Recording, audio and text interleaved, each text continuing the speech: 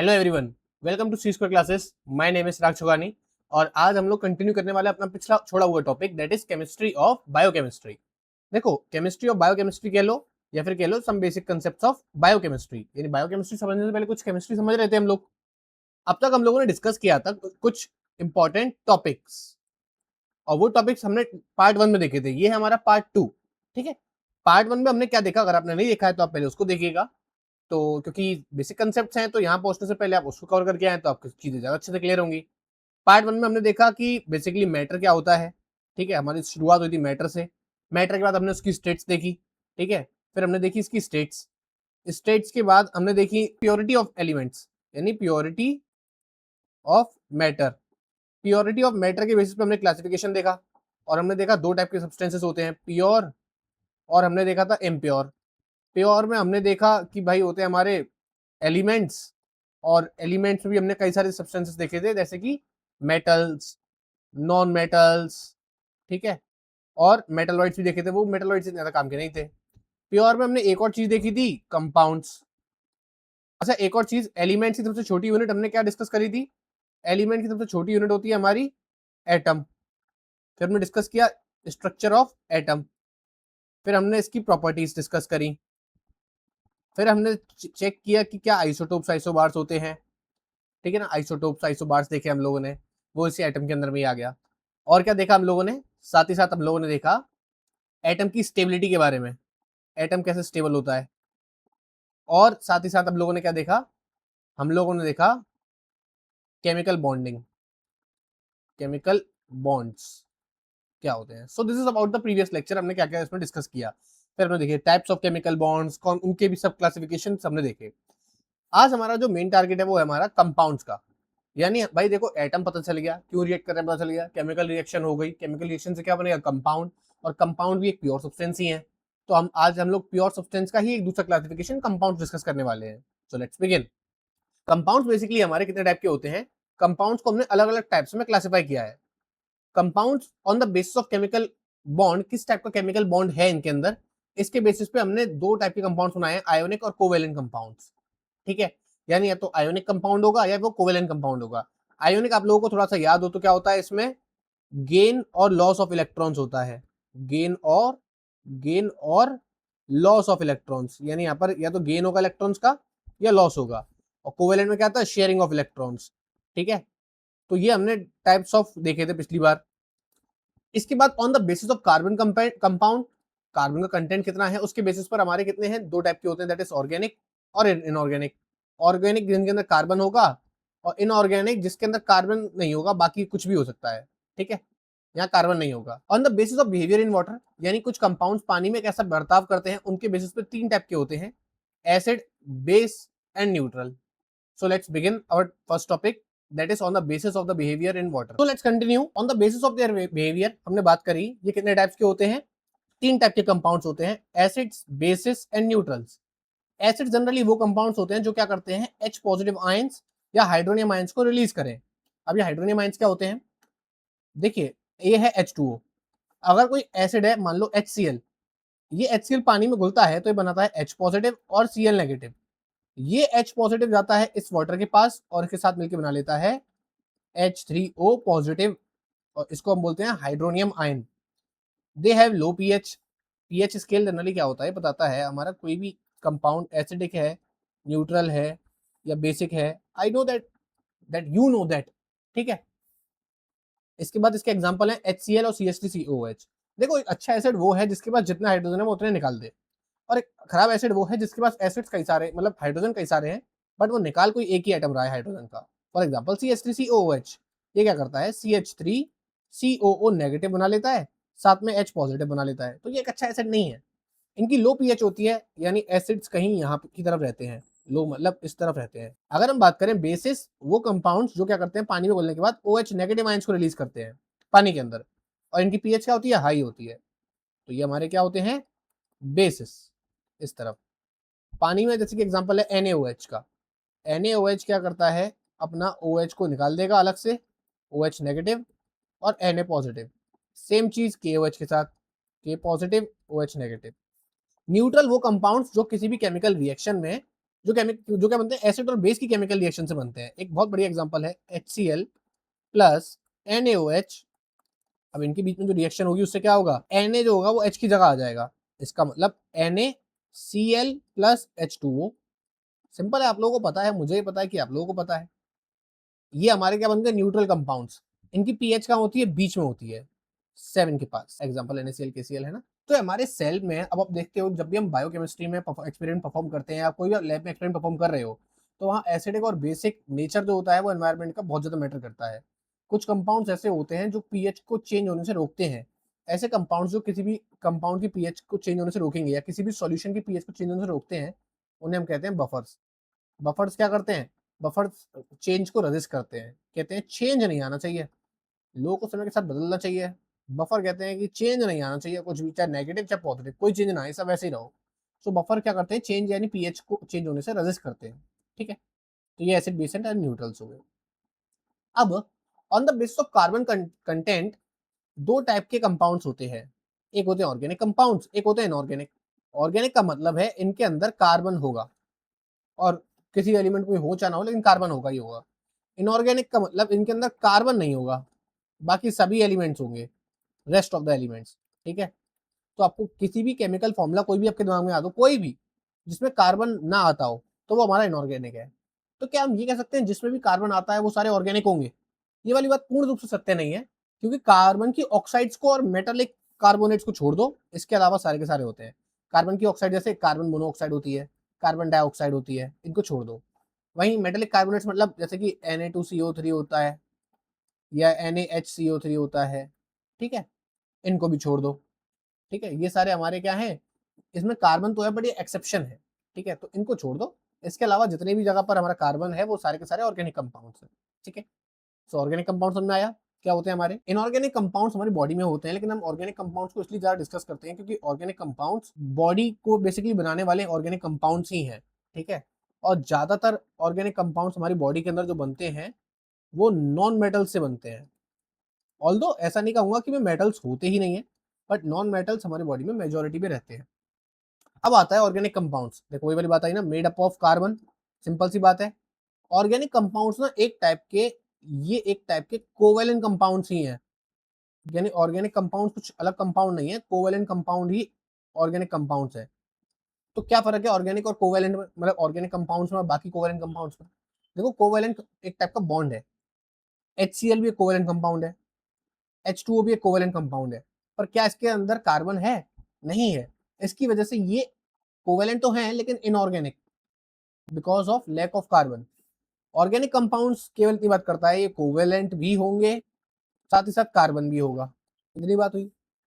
So they are primarily covalent compounds formed by sharing of electrons. कैसे करते हैं, दो एग्जांपल से समझते हैं, या एक ही एग्जांपल लेते हैं। मान लो कार्बन है, कार्बन को क्या करना था, बॉन्ड बनाना था।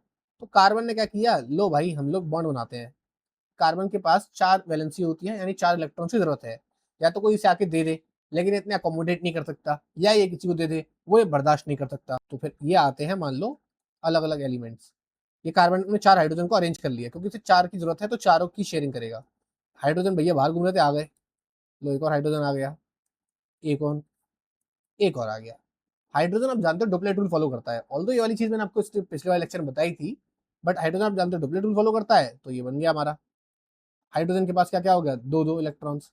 लड़की वाले आए देखने, हमने दिखा दी कार के साथ स्कूटी। ठीक है, एक कार एक स्कूटी, कार मतलब कार्बन की, खुद की इन्होंने स्कूटी। जबकि 3 पे स्कूटी गाली, कार्बन 4 कार वाला, लेकिन उसको भी स्कूटी चाहिए, उसके घर में ही मेंबर है। तो उसने क्या किया, बोला भाई मुझे चाहिए कुछ दिन के लिए स्कूटी। और शेयरिंग का मतलब ये होता है हमेशा, शेयरिंग इज केयरिंग। इसमें तुमने शेयरिंग कर दी एक बार तो तुम ये नहीं बोल सकते कि इसमें मेरा इलेक्ट्रॉन है, ये बोलोगे हमारे इलेक्ट्रॉन है हमेशा। कार्बन की स्फीयर में देखोगे तो आपको देखने मिलेंगे 8 इलेक्ट्रॉन्स।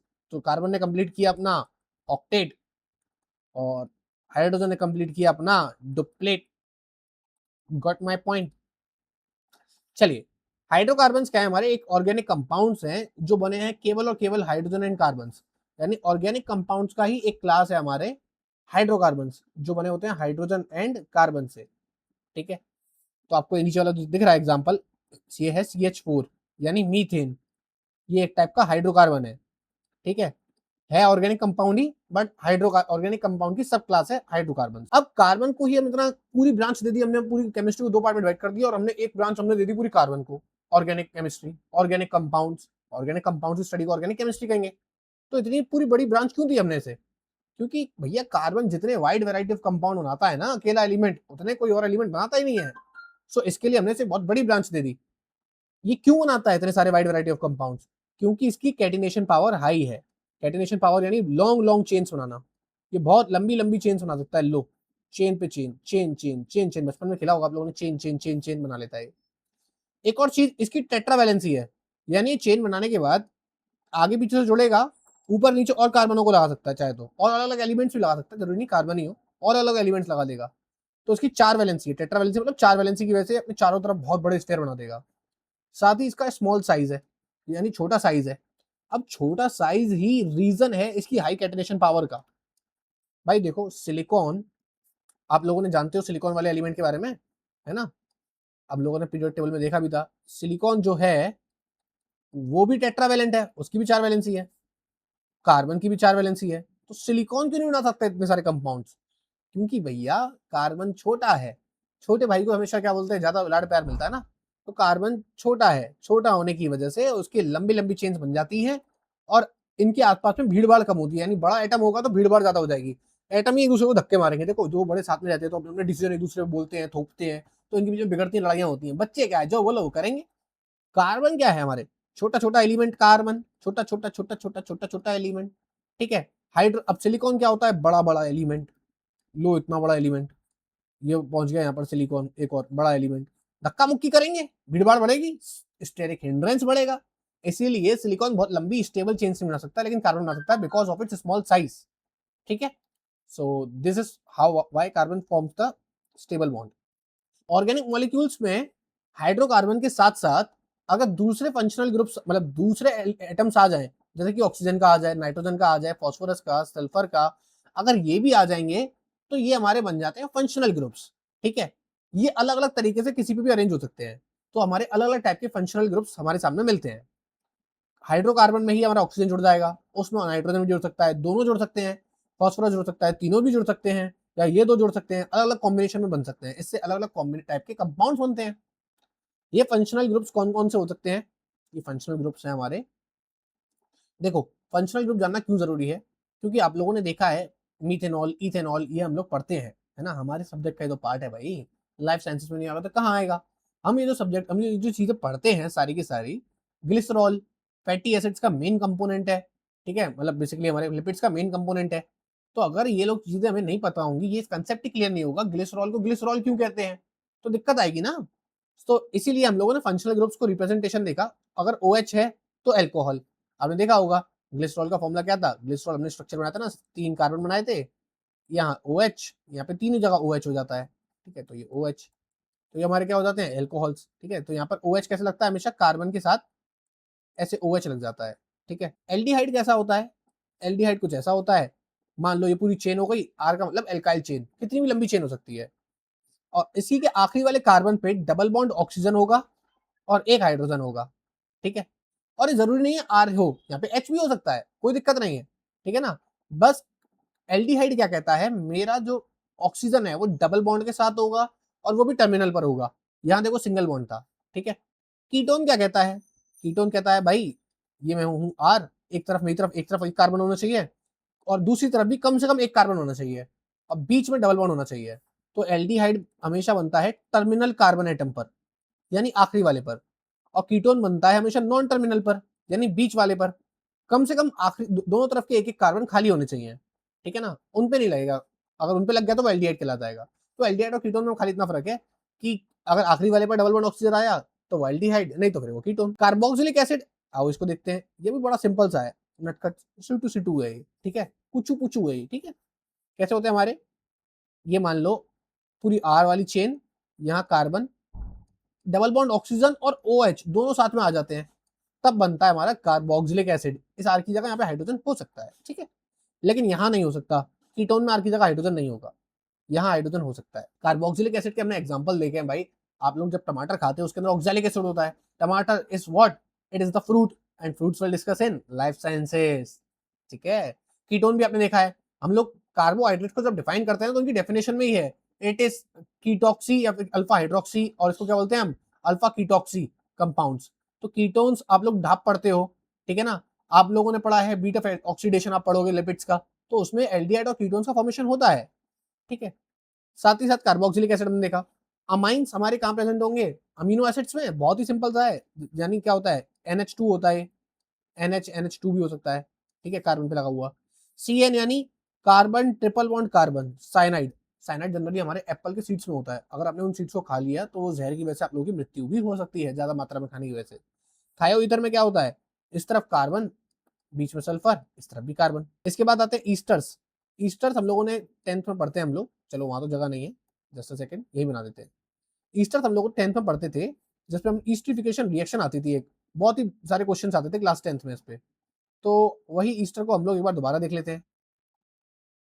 ईस्टर्स क्या है हमारे, जो कि ईस्टर्स क्या है, ये मान लिया हमने आर, यहाँ कार्बन डबल बॉन्ड ऑक्सीजन के साथ में, यहाँ एक ऑक्सीजन जो ब्रिज बन के बैठा है, और यहाँ दूसरा आर, ठीक है, ये होता है हमारा ईस्टर ग्रुप।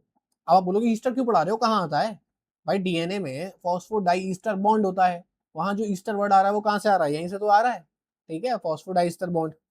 फिर आते हैं हमारे अमाइड्स, ठीक है, तो अमाइड में क्या होता है, CONH2। सो ये हमारे मॉलिक्यूल्स डिफरेंट डिफरेंट जगह अलग अलग हमारी बॉडी में प्रेजेंट होते हैं, इसीलिए तो मैंने पढ़ते हैं, ताकि भाई देखो ये नॉर्मली ये पूरा जो लेक्चर है, ये डायरेक्टली क्वेश्चंस की जगह एप्लीकेबल केमिस्ट्री, यानी जो केमिस्ट्री हमारी बायोकेमिस्ट्री में आने वाली है उस पर फोकस करने के लिए, ताकि आप एक एक टर्म का मतलब समझो रटने की बजाय। अब जैसे देखो यहाँ पर अलग फंक्शनल ग्रुप रखे हैं, अच्छा कुछ और फंक्शनल ग्रुप बता देता हूँ आपको मैं।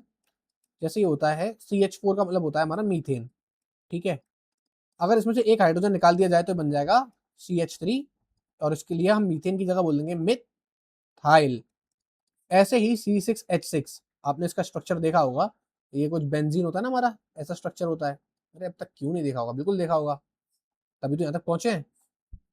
अब इसमें से एक हाइड्रोजन हटा दो तो ये बन जाएगा हमारा C6H5, इसको हम क्या बोलेंगे, बेंजाइल, ठीक है, या फिर बेंजाइल की जगह इसे बोलते हैं हम phenyl, sorry not benzyl, it is phenyl. So this is what we are saying, ठीक है। अब यहाँ पे हमारा एक एसिटाइल कोएंजाइम ए का स्ट्रक्चर है, ये एसिटाइल कोएंजाइम ए के स्ट्रक्चर में आप देख सकते हो अलग अलग टाइप के बॉन्ड प्रेजेंट है, थायो ईथर बॉन्ड भी प्रेजेंट है, अमाइड भी है, मिथाइल ग्रुप देखो CH3 वाला यहाँ प्रेजेंट है, ठीक है, हाइड्रोक्सी भी प्रेजेंट है यहाँ पर, हाइड्रोक्सिल यानी OH, यहाँ पे मिथाइल प्रेजेंट है। फॉस्फो एनहाइड्राइड बॉन्ड जनरली हमारे ATP में भी होता है, मान लो ये एडिनोसिन होता है ना, वहाँ पर हमारा क्या होता है, फॉस्फेट, इसे फॉस्फेट मान लेते हैं, इसे फॉस्फेट बोल देते हैं और इसे फॉस्फेट बोल देते हैं, तो ये हमारे जो बॉन्ड्स होते हैं बीच में, ये फॉस्फो एनहाइड्राइड बॉन्ड होता है, दो फॉस्फेट के बीच का बॉन्ड। अमीनो ग्रुप भी है phosphoryl, so this is different type of groups are present in body. फिर आते हैं हमारी मेन चीज बायोमोलिक्यूल, जिसकी वजह से सब कुछ ये तामझाम चालू किया था। बायोमोलिक्यूल्स से जो भी बायो के मॉलिक्यूल्स में आने वाला है वो अब तो हम समझ चुके हैं। बायोमोलिक्यूल जनरली हमारे ऑर्गेनिक मॉलिक्यूल्स ही होते हैं जो हमारी लाइफ को मेंटेन करने के लिए रिस्पॉन्सिबल है, ठीक है, और इसमें हमारे कई सारे एलिमेंट्स आते हैं, carbon, hydrogen, oxygen, nitrogen, phosphorus, ये हमारे मेन 5 एलिमेंट्स हैं। और कभी कभी साथ में क्या आ जाता है, सल्फर भी आता है, ठीक है, मतलब सल्फर भी इंपॉर्टेंट ही है, प्रोटीन्स में सल्फर होता है, ठीक है। तो कार्बन, हाइड्रोजन, ऑक्सीजन, नाइट्रोजन, कौन सा प्रोटीन, कौन सा अमीनो एसिड, ये हम बायोमोलिक्यूल में देखेंगे, वैसे सिस्टीन है, ठीक है, मिथ्योनिन है, इनके अंदर होता है, बट अगेन हम लोग इसको आगे देखने वाले हैं तो अभी इतना क्या डिस्कस करना, बट ये हमारे मेन है। कार्बन, हाइड्रोजन, ऑक्सीजन से तो कार्बोहाइड्रेट्स बनते हैं, कार्बन, हाइड्रोजन, ऑक्सीजन से लिपिड्स भी बनते हैं, कार्बन, हाइड्रोजन, ऑक्सीजन, नाइट्रोजन मिलाकर के प्रोटीन बनते हैं, और जो हमारा फॉस्फोरस है वो तो हमारी एनर्जी करेंसी यानी ATP के लिए रिस्पॉन्सिबल है ना, ATP बनाता है। साथ ही हमारे बाकी के न्यूक्लिक एसिड्स होते हैं, DNA, RNA, इनके बिना तो लाइफ ही नहीं है, वो भी चीजें बनते हैं फॉस्फोरस से। तो कुछ कॉमन बायोमोलिक्यूल्स हैं, जैसे इनके रोल के साथ, कार्बोहाइड्रेट्स एनर्जी प्रोडक्शन करते हैं, आप लोगों ने देखा है हम लोग कैन टेक करते हैं जब भी बीमार हो जाते हैं हॉस्पिटल में, क्या दिया जाता है, ग्लूकोज दिया जाता है, और कार्बोहाइड्रेट्स की स्टोरेज फॉर्म भी हमारी होती है, जैसे कि ग्लूकोज, नॉर्मल जो हमें बॉडी को एनर्जी चाहिए वो होता है ग्लूकोज, इसको स्टोर करते हैं हम किस फॉर्म में, ग्लाइकोजन के फॉर्म में, यू नो दैट, ठीक है, ये हो गया ग्लाइकोजन। ये सेल सिग्नलिंग और कम्युनिकेशन, सेल सिग्नलिंग अपने आप में एक इंडिविजुअल टॉपिक है, we will discuss about it. तो सेल सिग्नलिंग एंड कम्युनिकेशन अपना रोल प्ले करते हैं। लिपिड्स हमारे मेम्ब्रेन का फॉर्मेशन करते हैं, you know that membrane lipids, phospholipids वगैरह होते हैं, ये भी सेल सिग्नलिंग एंड कम्युनिकेशन में रोल प्ले करते हैं। प्रोटीन क्या है, हमारी बॉडी के बिल्डिंग ब्लॉक है ना भाई, और साथ ही साथ हमारे enzymes, most of the enzymes हमारे प्रोटीन ही हैं। अच्छा ये भी सिग्नलिंग करवाते हैं, है ना, ये जितने भी रिसेप्टर्स होते हैं वो प्रोटीन से ही तो बने होते हैं ऑलमोस्ट, जितने भी चैनल्स हैं, जितने भी ट्रांसपोर्टर्स हैं, जितने भी एटीपीएस पंप्स हैं, ये सब प्रोटीन ही तो है हमारे, ठीक है।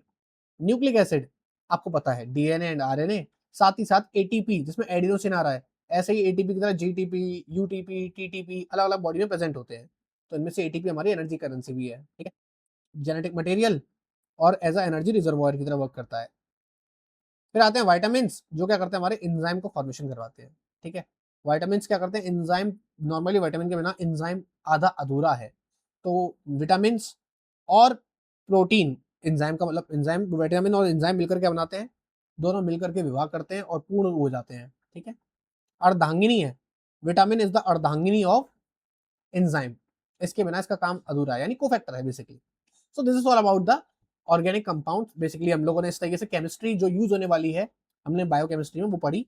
बायोमोलिक्यूल्स पे यहीं पे हमारी ये खत्म नहीं होती है, यहाँ से अब हमारी असली शुरुआत होगी। अब तक हम लोग ये देख रहे थे कि क्या क्या टर्मिनोलॉजीज कहाँ कहाँ काम आने वाली है। कल को भाई आप लोग पढ़ रहे हो, भाई ये होती है ग्लाइकोलिसिस, फलान ढिमका हमारे सामने ग्लाइकोलिसिस की रिएक्शन रख दी। लेकिन अगर हम बिल्कुल बेसिक में जाए, रिएक्शन हो ही क्यों रही है भाई, हमें जिंदा रखना है, ये वाली बात समझ में आती है, लेकिन रिएक्शन को कैसे पता, एटम को कैसे पता हमें जिंदा रखना है, उनको तो नहीं पता, उनके पास दिमाग थोड़ी है।